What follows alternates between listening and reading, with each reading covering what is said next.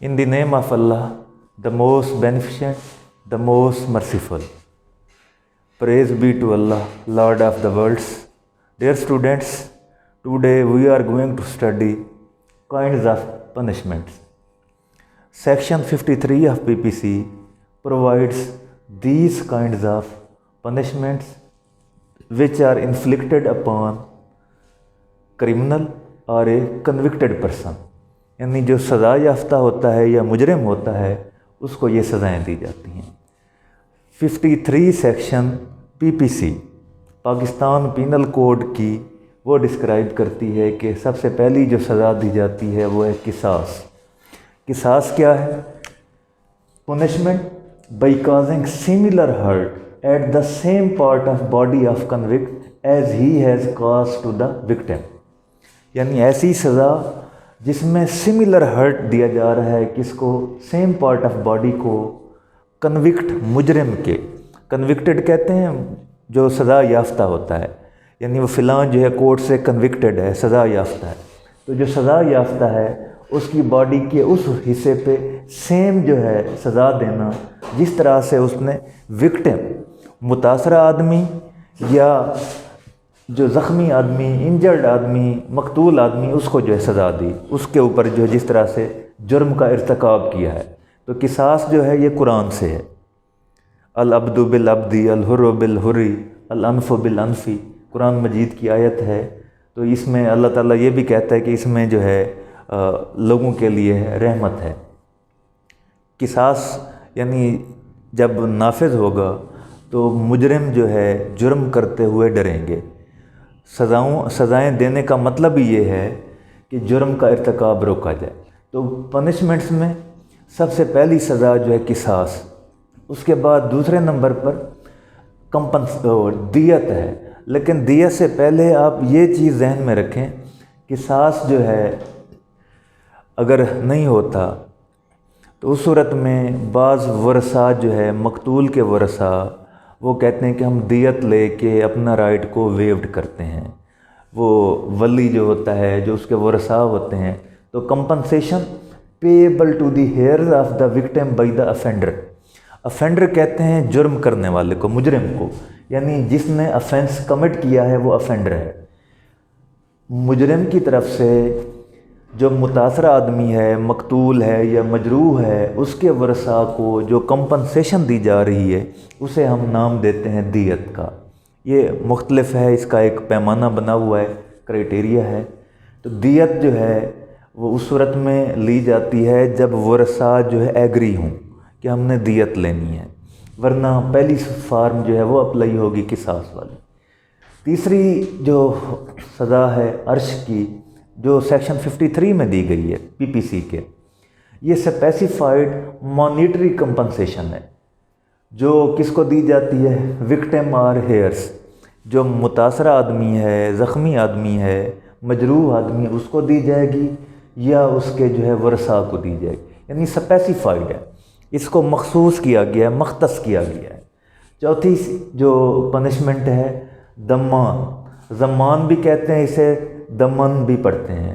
Compensation which is determined by court, یہ بھی compensation کسے کہتے ہیں؟ تلافی، یعنی کوئی نقصان ہو گیا، نقصان کا ازالہ کرنا، ازالہ کرنے کو ہم کمپنسیشن کہتے ہیں۔ تو یہ وہ کمپنسیشن ہے جسے کورٹ نے ڈٹرمائن کرنا ہے۔ یہ چوتھی قسم ہے پنشمنٹ کی۔ کورٹ جو ہے معلوم کرتی ہے اس کے فنانشل کنڈیشن کو دیکھ کر جو افینڈر ہے، اور ادھر سے جو اس کے ورثاء ہیں ان کی حالت کو دیکھ کر پھر وہ اسپیسیفائی کر دیتی ہے کہ اتنی جو ہے کمپنسیشن دینی ہے۔ 5th پنشمنٹ ہے تعزیر۔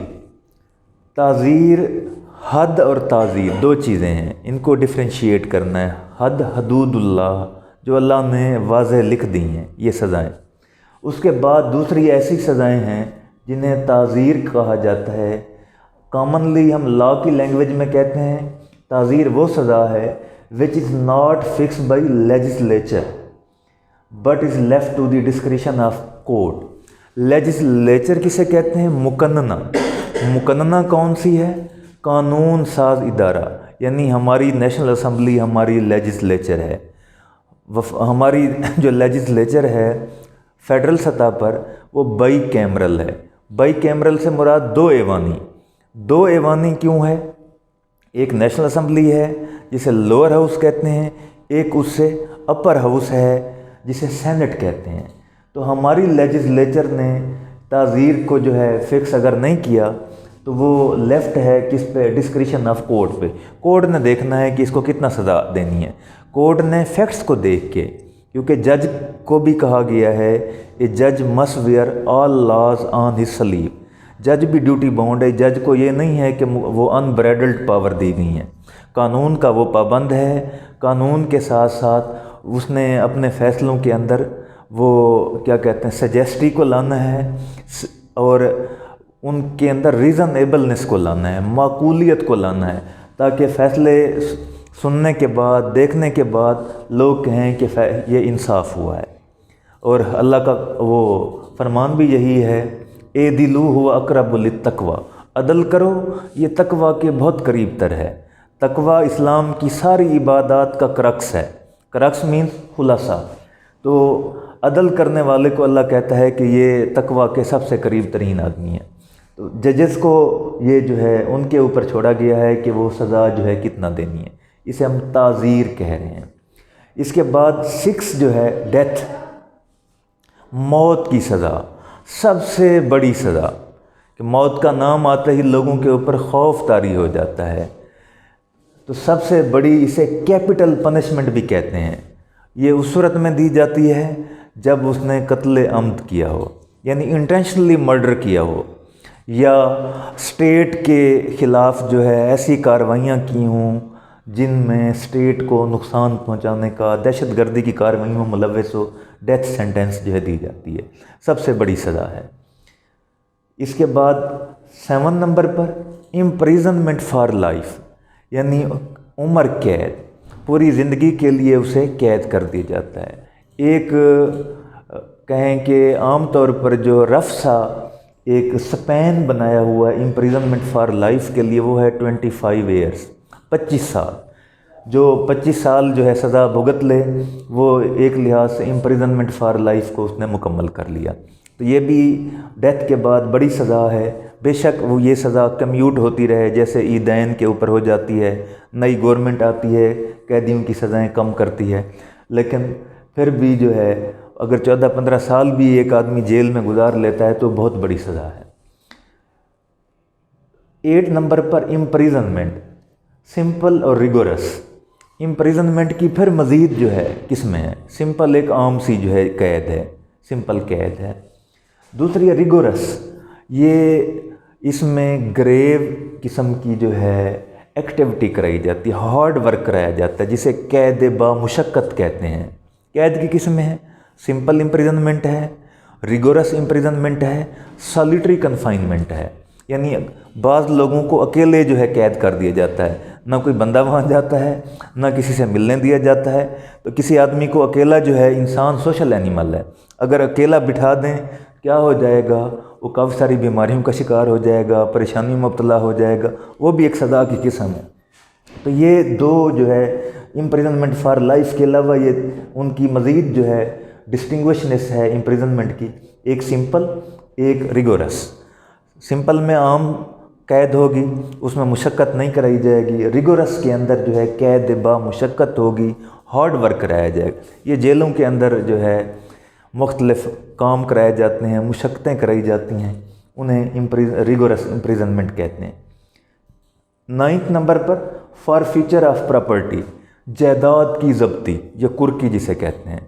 ایسے جرم کیے ہیں جن کی وجہ سے ان کی جائیداد ضبط ہو جاتی ہے۔ دہشت گردی کے جرائم کے اوپر جو ہے جائیداد کی ضبطی قانون کہتا ہے، یا کوئی اور فراڈ کیے ہوئے ہیں، کوئی اس طرح کے جرائم کیے ہوئے ہیں تو فار فیچر آف پراپرٹی جو ہے نیب جیسے پکڑتا ہے بندوں کو، ان کی جائیداد کی جو ہے کرکی بھی کر لیتا ہے۔ عام طور آپ نے سنا ہوگا کہ اسحاق ڈار کی جائیداد جو ہے اس کو کیا کر دیا گیا ہے، اس کی ضبطی ہو گئی ہے، کرکی ہو گئی ہے۔ 10 نمبر پر فائن، جرمانہ، یعنی یہ بھی ایک سزا ہے کہ اس کے اوپر جرمانہ لگا دیا جائے۔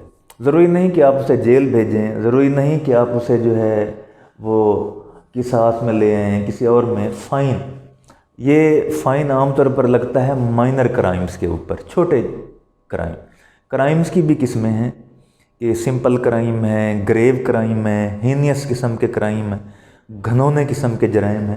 تو سمپل کرائم کے اوپر فائن لگا دیا جاتا ہے، جرمانہ لگا دیا جاتا ہے۔ یہ جو ہے قسمیں ہیں پنشمنٹس کی، جو افینڈر جو کنوکٹڈ ہوتا ہے، کنوکٹڈ سے مراد سزا یافتہ، اس کے اوپر جو ہے وہ لاگو کی جاتی ہیں۔ اور ہمیں ان سب کے بارے میں ڈسکرپشن اور ڈیٹیل جو ہے سیکشن 53 آف پی پی سی یہ پرووائڈ کرتا ہے، 53 پی پی سی۔ اس میں ان سب جو ہے وہ سزاؤں کے بارے میں ڈسکرپشن ہے، ان کو ڈیفائن کیا گیا ہے، ان کی ایکسپلینیشن دی گئی ہے، انٹرپریٹیشن کی گئی ہے کہ کس مرحلے کے اوپر کون سی سزا ہوگی، اس سزا کا موڈ کیا ہوگا، مینر کیا ہوں گے، میکانزم کیا ہوگا، اور کس حد تک وہ سزا وہ ایپلیکیبل ہوگی اور کس حد تک وہ سزا جو ہے ختم ہو جائے گی، کمیوٹ کیسے ہوگی، یا وہ سزا کمپاؤنڈیبل اگر جرم میں آ رہی ہے تو کب آئے گی۔ یہ ساری کنڈیشن جو ہے سیکشن 53 اور اس سے ریلیونٹ سیکشن میں موجود ہیں۔ تو یہ کائنڈز آف پنشمنٹ ہیں، یہ قسمیں پنشمنٹ کی۔ کل جو ہم نے سوال پڑھا تھا یعنی تھیوریز آف پنشمنٹ، ان کی ویو سے ہیں۔ ہم نے پڑھا تھا کہ جو سالمنڈ ہے اور دیگر جیورسٹ ہیں، انہوں نے 4 جو ہے بڑی تھیوریز دی ہیں۔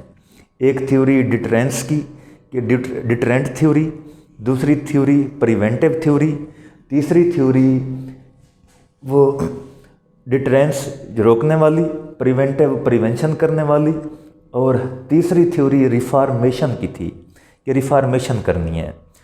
چوتھی تھیوری ریٹریبیوشن کی، ریونج یعنی جیسا اس نے جرم کیا ہے ویسی اسے سزا ملنی چاہیے۔ یہ 10 کی 10 سزائیں ان جو ہے 4 تھیوریز کا جو کنکلیوژن بنتا ہے، خلاصہ بنتا ہے، اس کی ذیل میں آتی ہیں۔